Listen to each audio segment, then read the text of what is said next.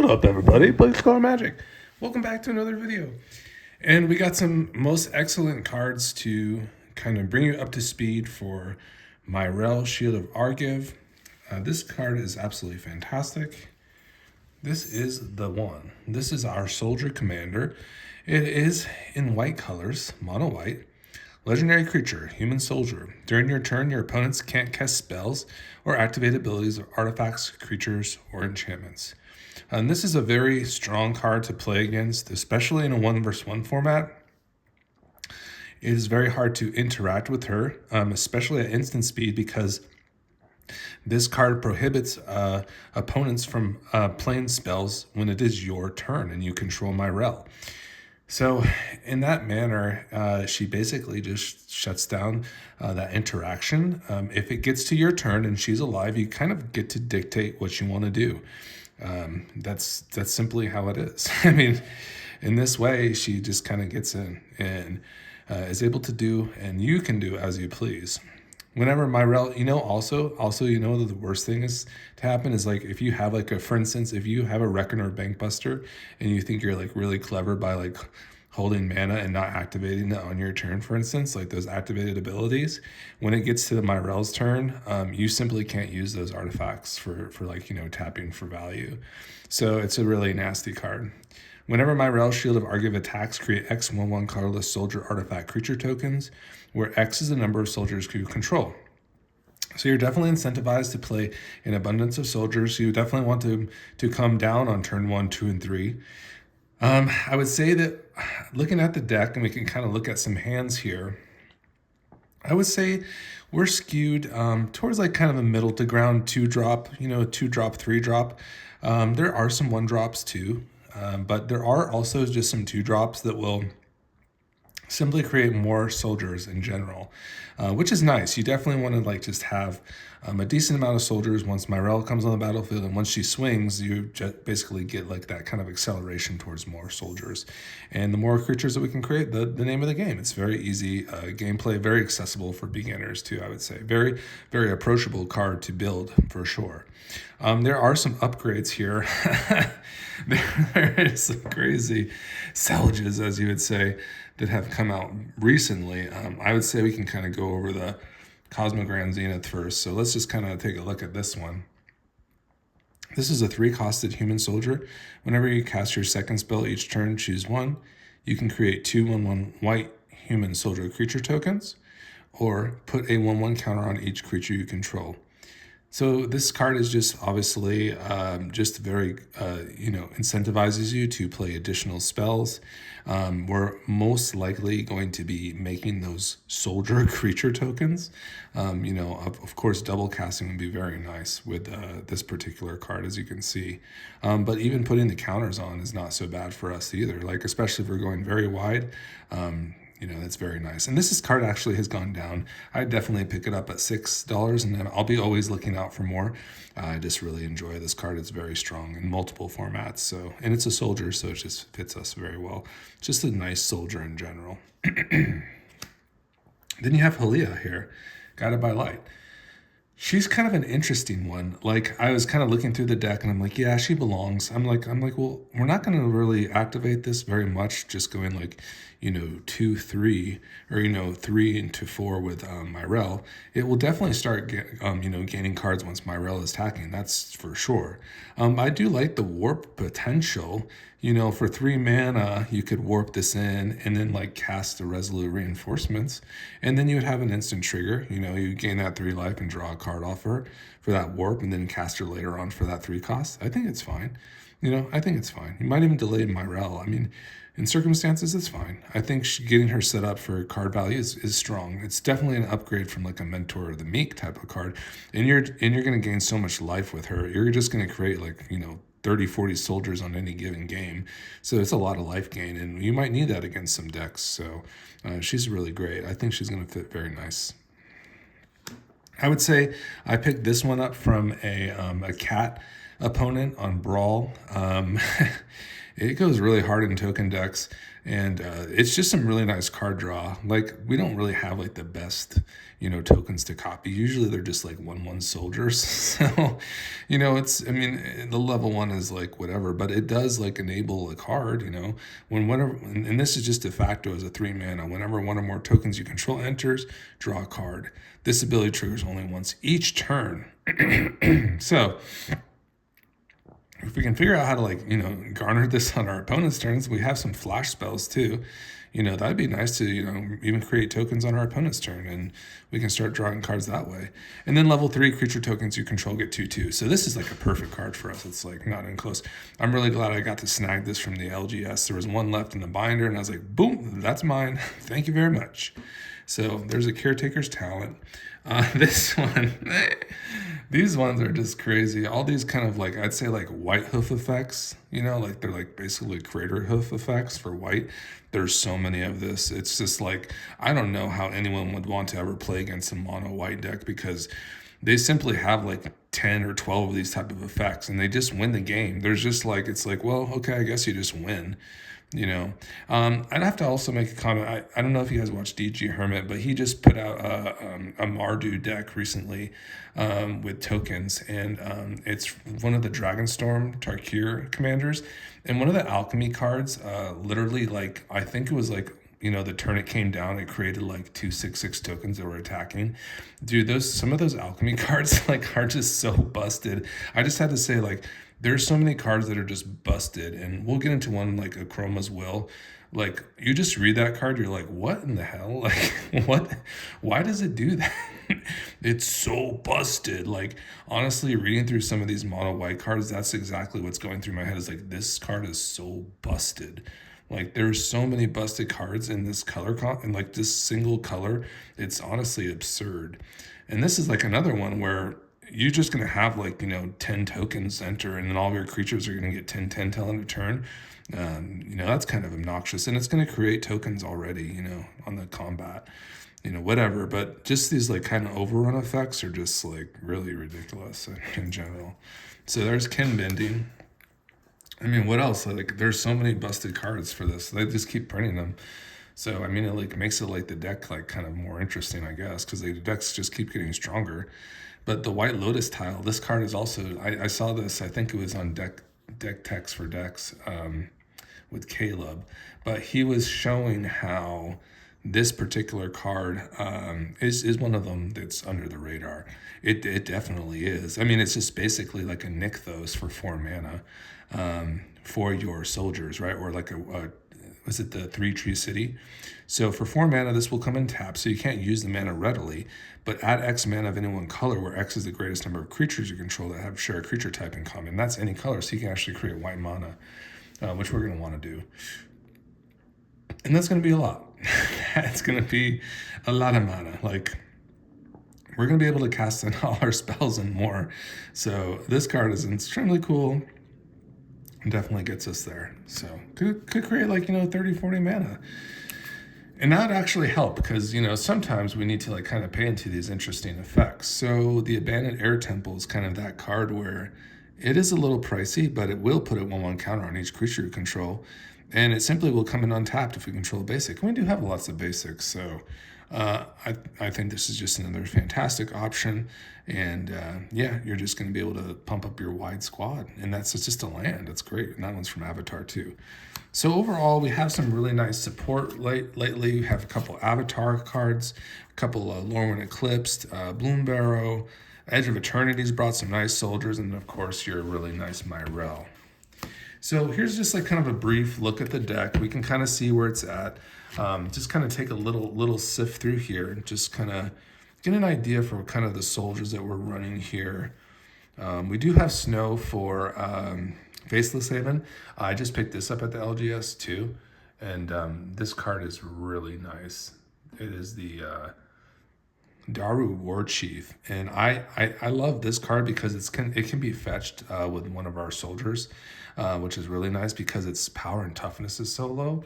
So it's just very easily fetchable. It's actually going to pump itself soldiers you control get 1/2, and then soldier spells you play cost 1 less to cast. I really enjoy like kind of those soldiers that reduce the cost. We definitely have some mana acceleration in this deck. Archiomancer's Map. Again, just a good amount of snow-covered plains. I think we're running about 37. Some nice interaction. They're not all soldiers, but most of them are. And they either interact or draw cards or make tokens. This one, for instance, is not a soldier, but it's just a really nice card advantage. It's basically like a Reclamation Sage, Lord of the Third Path, because we'll enter and destroy an artifact or enchantment, which is really nice selection. And then for the tap, you and a target opponent each draw cards, so you can do some politicking, which is really nice. I kind of miss going to the LGS. My job has been very time consuming. And honestly, it takes me about a month after school's over, the school year, to kind of like, actually feel kind of human again and kind of relax. So, but I did go to the LGS. I snuck away there for a little bit yesterday. I've been working on Orzhov decks, that I've kind of promised you guys. So I've been picking up and trading in cards so that I can kind of accumulate those. So we're definitely be putting together those Bartolomé decks. So I did actually pick this up in the white binder. It looked really nice for us. It was actually like a $6 card, so it was kind of pricey. But this one's just a nice one. This is you're going to select soldier. You're going to get 1/0 on all your soldiers. And then at the beginning of your end step, for each token you control the chosen type to enter this turn, create a token that's a copy of it. So a nice little doubling season effect for 3 mana and a buff effect. So really good for our tribal synergies. There's Faceless Haven. I just like the fact that it could become a soldier and just turn it on like a later part of the game, which seems nice. We got a little bit of card draw here. Got some interesting lands that will just like, once again, just do some like kind of Crater Hoof type of effects. A nice little buffing there. I love the ward for the Copper Cop Vanguard. I just like that. I like the built-in ward. Bastion Protector. Cathar's Crusade is one of them I just saw pop off and recently in a Beasley video. I'm a pretty big consumer of Magic, so it's kind of easy to kind of see, well, that card is crazy. I should probably put it in my deck. Yeah, this card is overperforms for sure in any type of I've seen it do well in any type of mono white deck that likes to put creatures to the board. So Cathar's Crusade is just going to buff up. We're going to have lots of soldiers enter at once when Myrell attacking, and then all of our creatures are going to be buffed by 10 power or more. So it's just really good. Mentor of the Meek. That's a little bit more card advantage. We do play a lot of buff effects, so I'll be kind of curious to see how that goes long term, but it is in the deck for now. This card has definitely been an overperformer.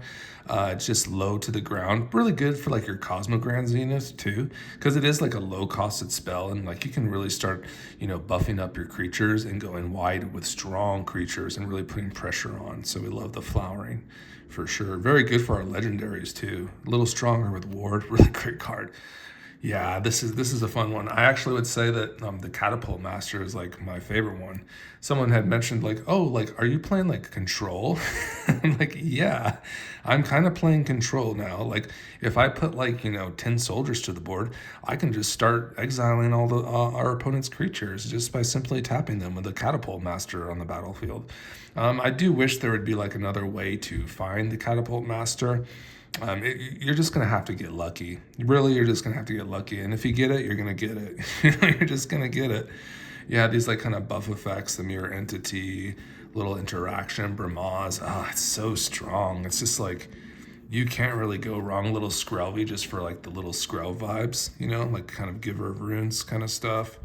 Baragon these are all Crater Hoofs. You basically play 10 Crater Hoofs in a deck.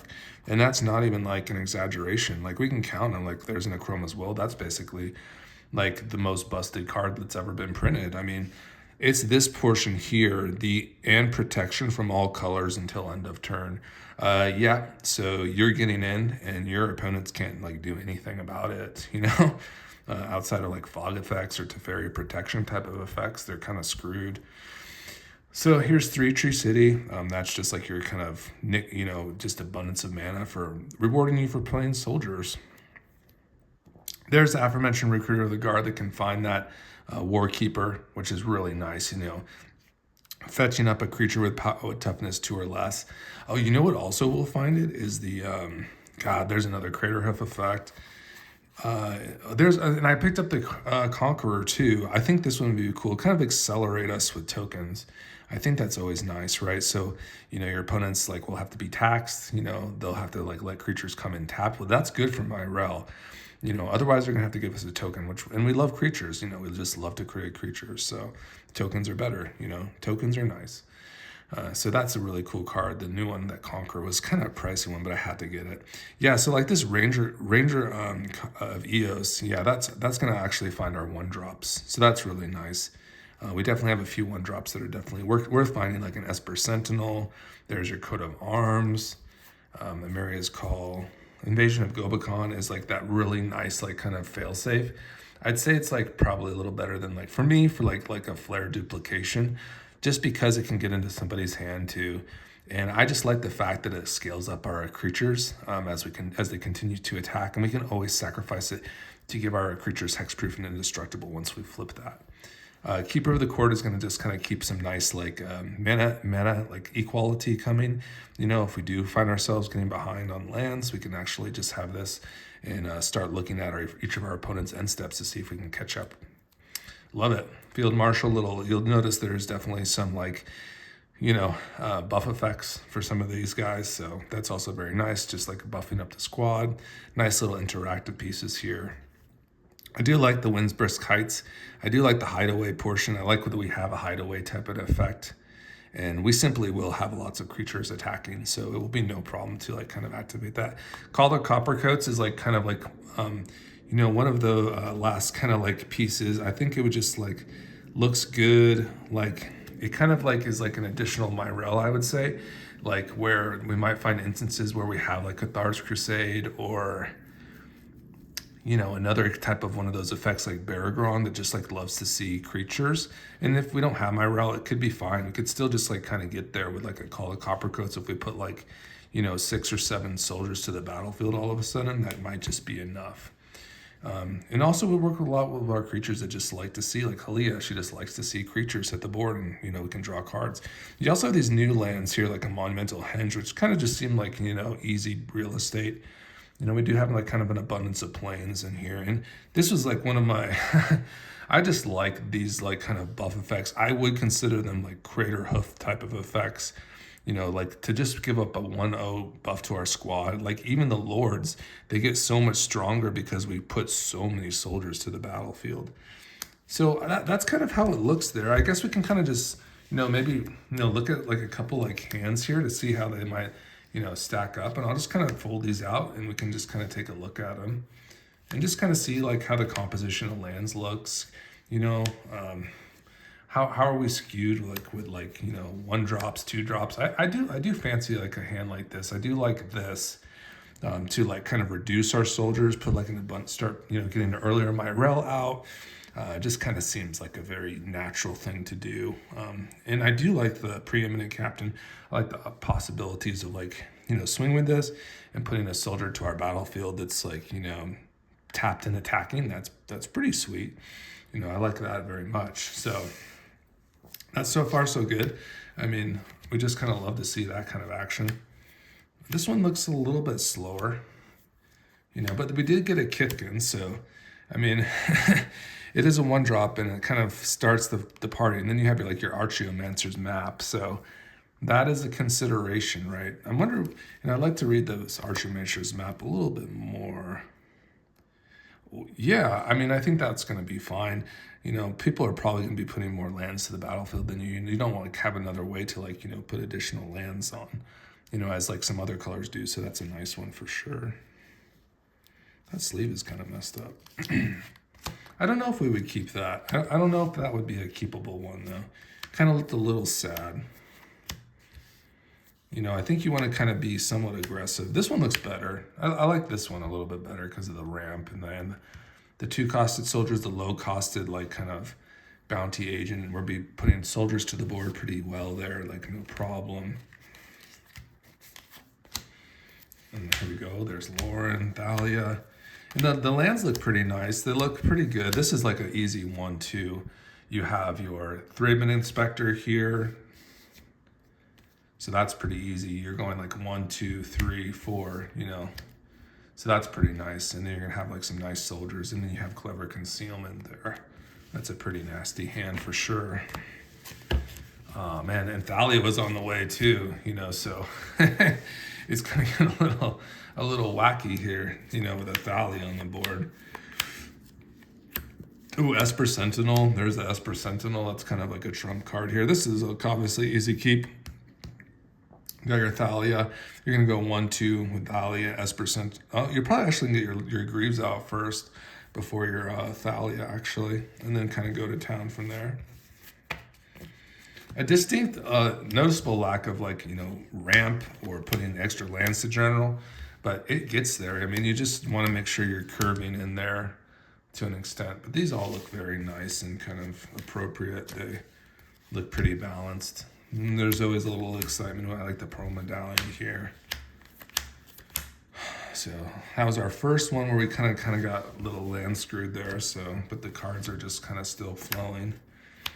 This is got probably one of the best cards is the Catapult Master, but just a one lander there.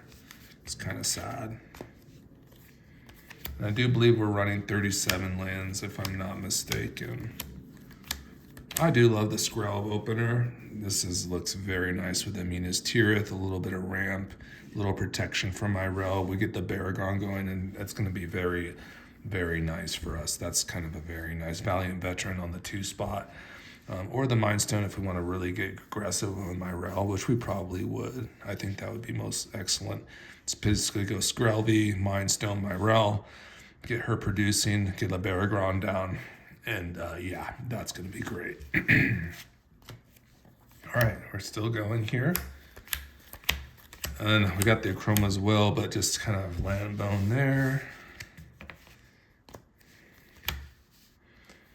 If you think we should add another land, let me know.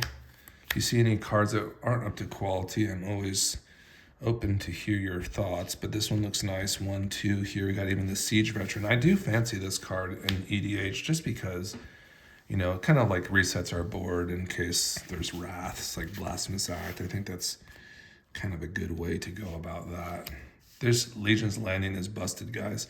You got to get it into your mono white decks that care anything about putting creatures to the board. An interesting hand, actually. It's pretty fast with the Soul Ring. I mean, obviously, you're probably keeping any Soul Ring hand, obviously.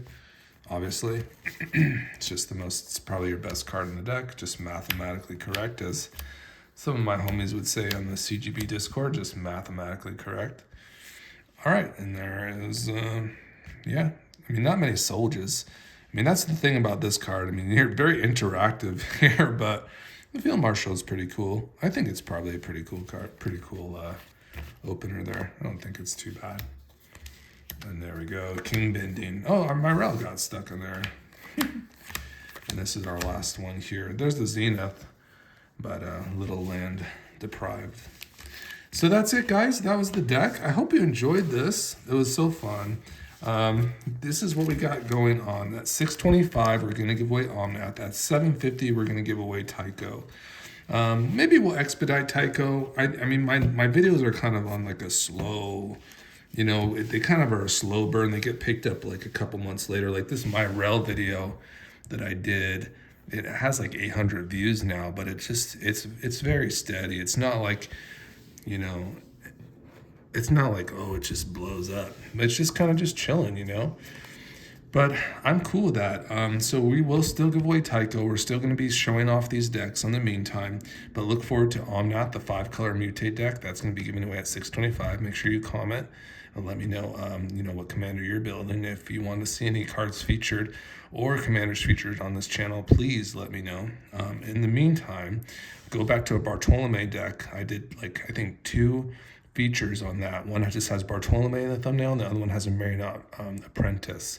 Make sure you comment on those, because when I do the deck tech for that, once those combine for 20 videos, for the deck tech, and each of those videos separately, so 10 on the deck tech, 10 on one of those videos, then the decks get given away.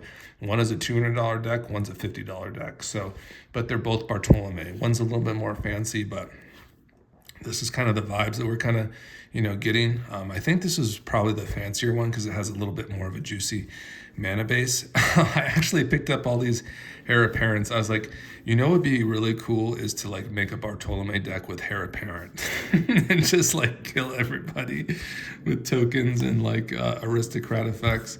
But there's Bartolomé there, so that's nice. And Luris, it's a Bartolomé Luris commander.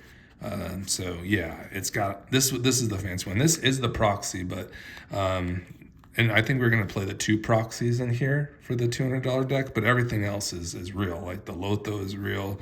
All these, this Diabolic Intent is real. All the cards are real except the Mihuk, the Bitter Blossom, and the Urborg. Those are just whatever. I had those left over, and I'm like, let's just try to make it a little fancy dancy. But all these other cards are just a la carte, and they're just like ready to rock and roll for that kind of more fancy Bartolomé aristocrat deck. Molly is there, Deadly Dispute, Curse Marauder, lots of sacrifice, lots of like, kind of token making as well. Lots of black, very black orientated. You're gonna be getting those sweet Exelon lands too. So hopefully that is exciting for you. And yeah, guys, I appreciate it.